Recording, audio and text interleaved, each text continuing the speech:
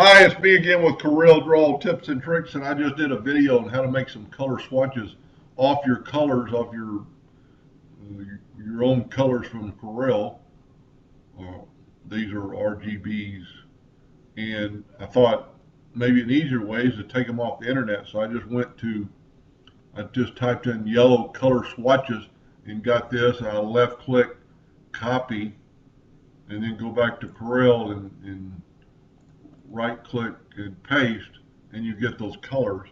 I've enlarged them here, but we can take these colors and add them to our own. Now you could very easily put them into your color right now, but if you make your swatches, you can kind of see what they're going to look like. So take the eyedropper tool and grab that color and put it there. Now you do have to go to the pick tool, so it will not continue putting that color. We'll go here and put it here, pick tool, back to the eyedropper tool. We'll get a little bit darker.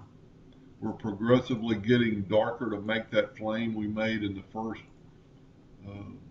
video. Go back to the pick tool, and you've got to do that or Corel will put the other color into the next color. Now you can use all these colors, but you could still make your own colors like we did in the previous video, and I think I will. Like that one isn't much different, so we'll put it right there. And now we'll click on that color, holding down the control button.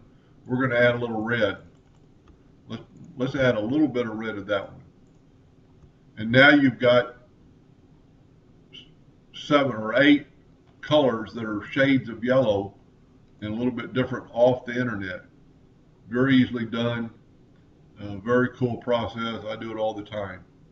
Anyway, hope that helped a little bit. Thank you for watching.